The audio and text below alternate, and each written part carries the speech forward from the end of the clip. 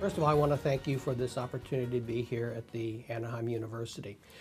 I have been in the smart card industry for 15 years, and I wanted to offer a product to the small to medium-sized business as well as the home consumer that would allow them secure authorized access into the virtual world, basically the internet. So the corporations that I worked for at the time had different mission statements, had different goals, and while their values were perfectly acceptable and their core competencies, I still felt very passionate about this product and about this type of business that I went off and formed my own company.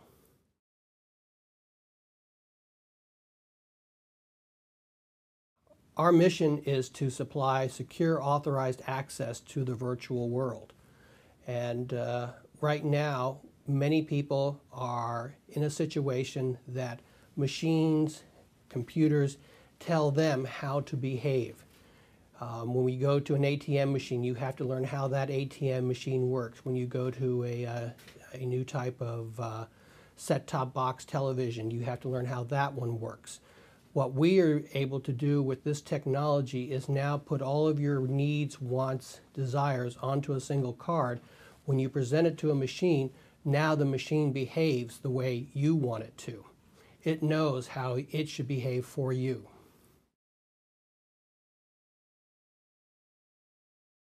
Well, one of the big competitive advantages is that we are a small company, that we're able to make changes to products very quickly. We're able to customize product to our individual customer needs. We are out there looking at new creative ways to market the technologies as opposed to going to the old traditional ways of marketing. For example, we are leveraging our name with a lot of very strong brands right now. We used the Dummies series. Everyone's familiar with the Dummies books. So we wrote a book called Online Identity Theft Protection for Dummies.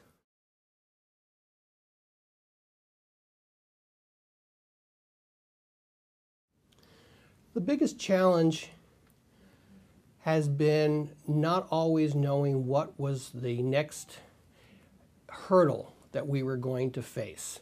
There was always that unknown. There are things that we know very well. We know technology. We know how to bring products to market.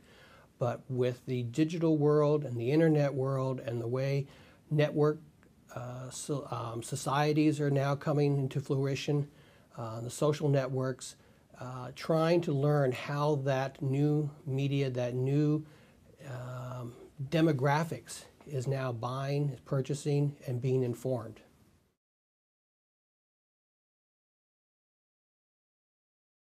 We've done some very creative marketing approaches. I mean, we've always done the traditional ones where we have been interviewed on radio, on television, we've done our print ads, we've done our press releases. But some of the more creative ones have been the Dummies book, as we already talked about. We have also gone out and actually been interviewed on television for the news, as opposed to just doing a commercial. We contact the media, and the 6 o'clock news did a complete story on identity theft and on our product of how it helps. So the other things that we are doing is really taking this directly to the consumer, taking a high-tech product, making it into very simple terms so that we're not talking about the great benefits of the technology, but really bringing it into the personal aspects of how is this going to help the individual person. For example, we use the 3 words that describe our products: convenience, security, and portability. Now, some people would talk about security being first.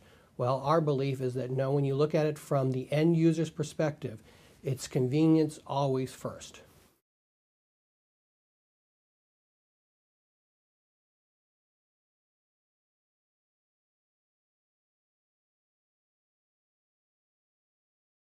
Certainly the product development and product launch is the easiest part. I'm an engineer by training and very familiar with that.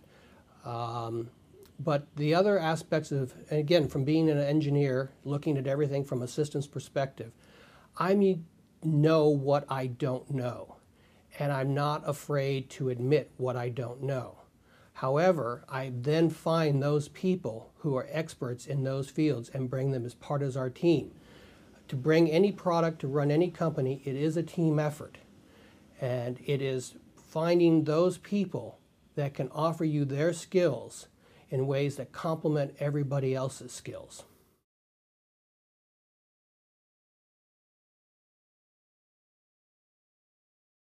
I guess the economic side of it, going through all the numbers and looking at all of the numbers every single week and seeing what we're spending and what we're saving and what we're earning, that I find the most boring part of the whole business. I am very passionate about this industry and our product and our company.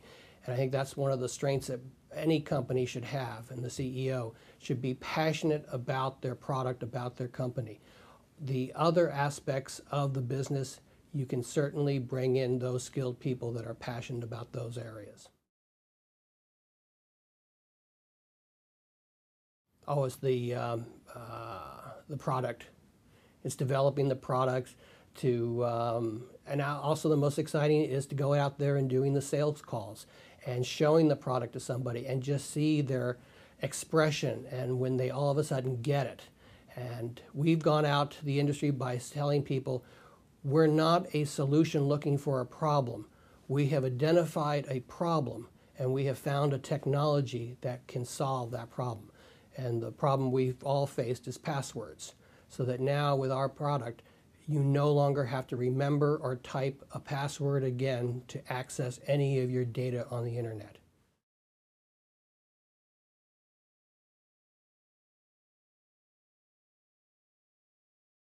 Yes, the first thing is in the beginning of the morning when I start business, I close the door, I turn off the phone, and I sit there for about a half an hour to 45 minutes and plan out what needs to be accomplished that day.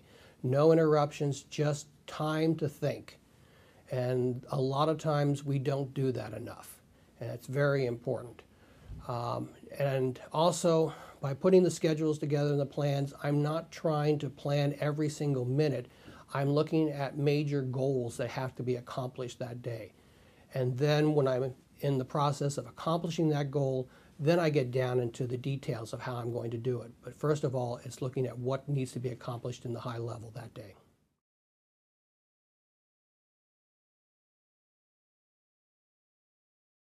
MBAs bring skills, they bring tools that are very valuable, as any employee does.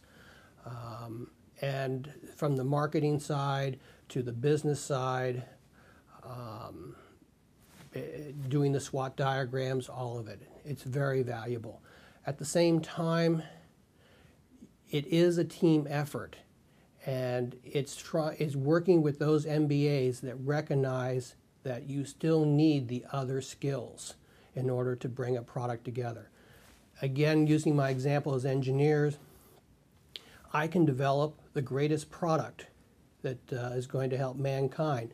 But if I'm not able to bring it to market, if I'm not able to communicate it, if I'm not able to have sales channels to be able to offer it, that consumers can find it, it's a worthless product.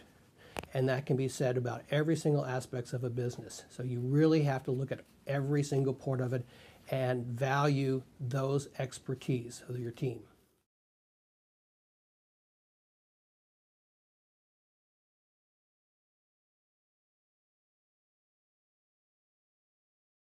With the digital revolution going on today, we have the ability to communicate in ways that we've never had before, that I'm able to actually form a virtual corporation.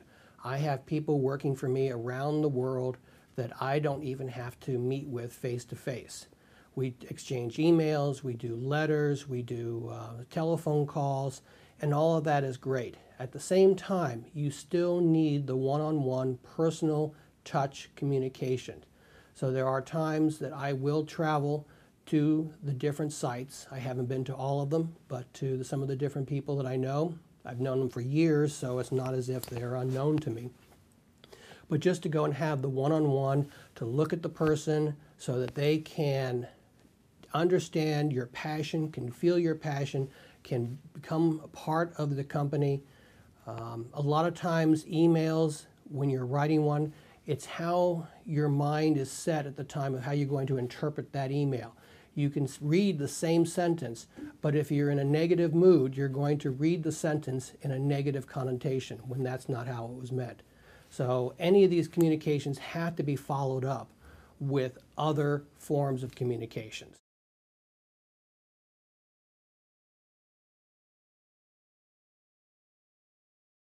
My own personal goals is to bring out a technology that helps people. And that's really what I'm after. I enjoy running my own company. At the same time, I really am passionate about seeing the looks on people's faces that makes their lives easier. So my goal is to be able to offer that. I enjoy having my own company because I have the freedom to do what I want to do, try out my ideas, to break the mold, to think outside the box, and be able to bring in team people that are also as creative and as unique as I am in this industry.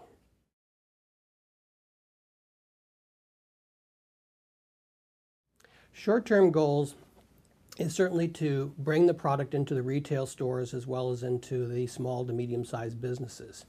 The long-term goals, when you start up any company, you have to always think about what is your exit plan. If you're going to start, you better know your exit.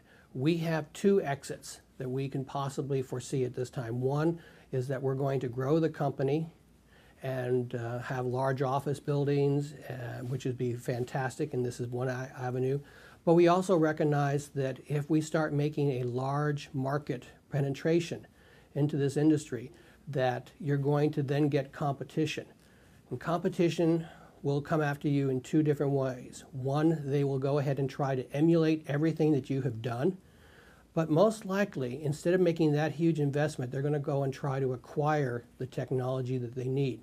So we have already set ourselves up such that if we are acquired, that we are protected, that our IP is in place, that we will also be able to sell the company in a very valuable and a profitable way.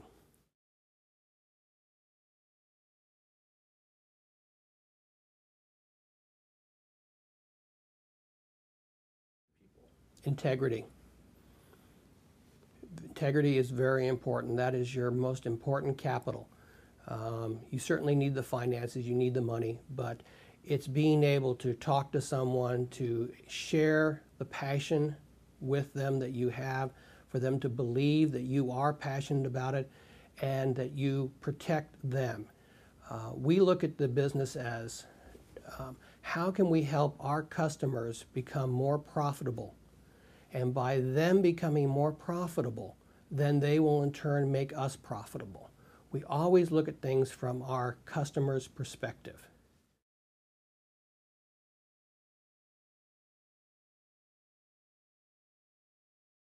I would have to say, I hate to sound trite with it, but Bill Gates.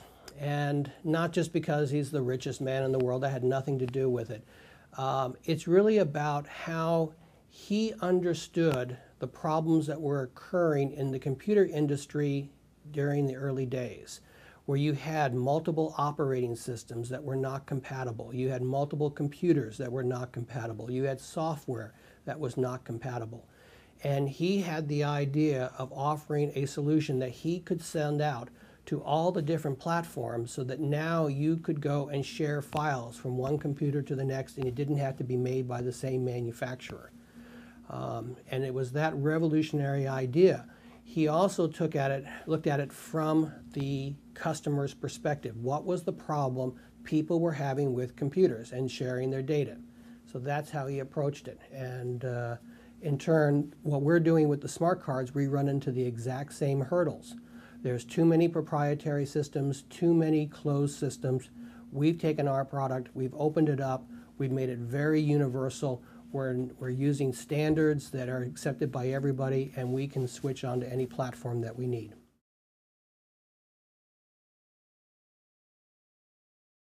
There's one book that I like very much called Judo Strategies. And in this book, certainly as a small company, You have the gorillas out there, you have the elephants that you have to go and battle and try to win. Well, as a small company, you cannot go head to head with them because you will always lose, or most of the times will lose. But the principles of judo, which I enjoy very much, is that you're able to take the momentum of a larger opponent and leverage that momentum into your favor. And so we're able to go and work with some of the large companies in a win-win situation, that we're able to work together. We are offering alliances, we're offering value that they can't, and in turn, it becomes very successful for both companies.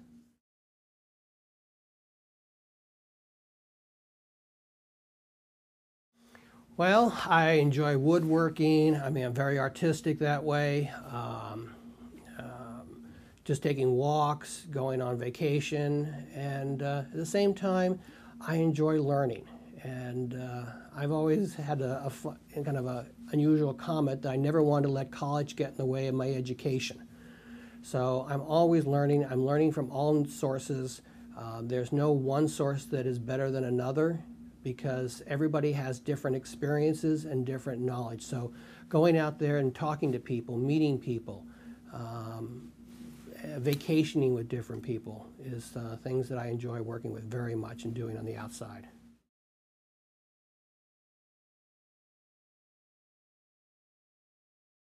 My wife will say that I work 24/7.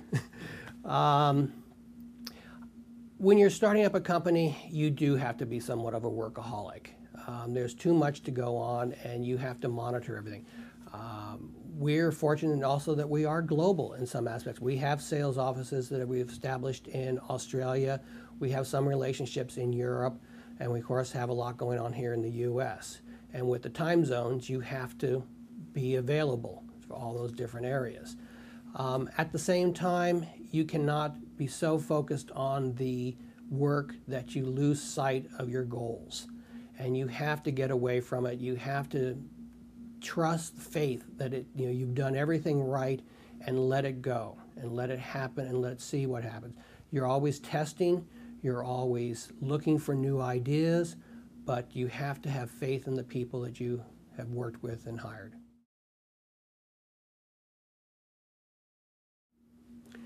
Well, my proudest achievement is, first of all, being able to have the nerve to start my own company.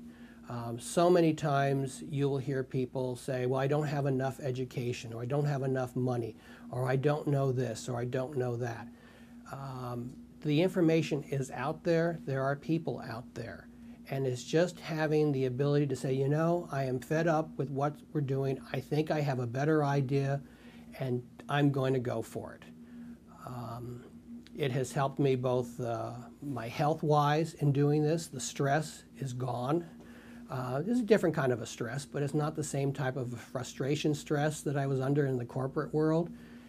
It's the freedom to be able to try new ideas and to learn new things that I have enjoyed very much.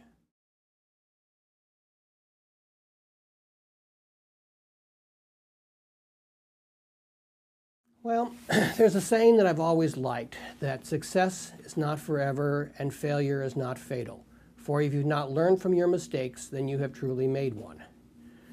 So, are there things that we have done that could have been done better? Yes. Did we know anything at the time? No. Are we going to make the same mistakes again? No. Are we making new mistakes? By all means we are.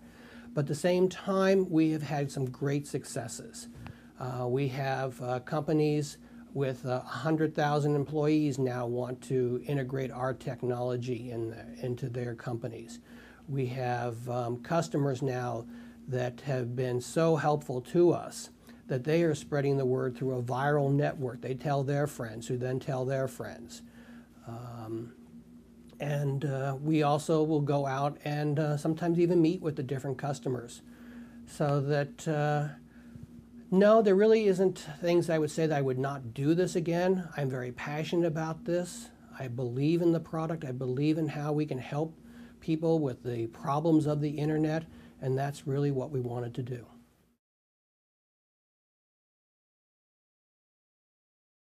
Our product is Power Logon. It is a password management program allowing people to never have to remember or type a password again to log on to any computer, computer network, internet site, or secure data file, like QuickIn, QuickBooks, things like that. We hear so much on the news now about identity theft and how passwords are supposedly insecure. Well, actually, passwords are very secure. The problem is how we manage our passwords. Have you ever seen anyone write their passwords on a Post-it note and stick it onto the side of their computer? Have you seen people who use the same password both for their financial bank accounts as well as for their hobby accounts or eBay accounts? Are you also familiar with people who use a very simple password of their children's name or their dog's name? Well, all of those passwords are very easy to figure out, and those are what the thieves are going after. One of the ways to secure passwords is to have a very long, complex passwords. They recommend having a minimum of 8 characters. Well, we're able to have a password that's 20 characters long that gives you 3.4 times 10 to the 39 years before you would ever be able to generate all possible combinations. And I think that's going to be fairly strong. I don't think I'm going to be around for someone to break into that account. Plus, every account can have its own unique passwords. But with this card, it's convenient because now all I have to do is insert this card into a computer. I authenticate myself to the card, and now all my passwords are available. I go to the list of sites. I double click. It automatically opens up Internet Explorer. It goes to that website, takes my username password off the card, inserts it into the correct fields, and then sends the submit key. I don't do anything. Every site can have its own unique password, and then when I remove the card, nothing is on my computer, so that hackers can't find it, that spyware can't see anything. These keylogger softwares that are out there that are monitoring everything that you're typing, because you're never typing your passwords in, the keyloggers cannot pick up any of your secure data. Plus, we're able to do secure online commerce with this card.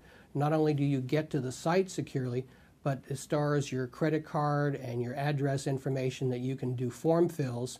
Again, you're not having to type it in. So it's very convenient, it's very secure, and because it's on a smart card and all I do is take this from computer to computer, it's very portable.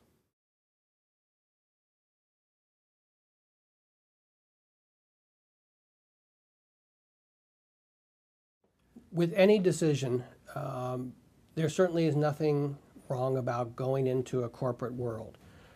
Corporations have some fantastic people who are working in there, the leaders, and other employees that you're going to work for. You're going to learn so much from experience, from hands-on. You're going to make mistakes, but what better situation to make mistakes when you have all of the resources and support to get through them. It's a great learning experience. At the same time, if you're very passionate about an idea of running your own company, don't be scared. Don't have the limiting beliefs that prevent you from starting out. Some of the most successful people that we've talked about, Bill Gates. Bill Gates dropped out of Harvard University, so he's a college dropout. Michael Dell, he dropped out of the University of Texas, another college dropout. These are very successful people. And the reason why they're so successful was that they were very passionate about what they believed in. They were going to do it. They believed in themselves, and they brought people in around them that saw the vision that they had and were going to go through any types of barriers, break through those barriers, and keep going.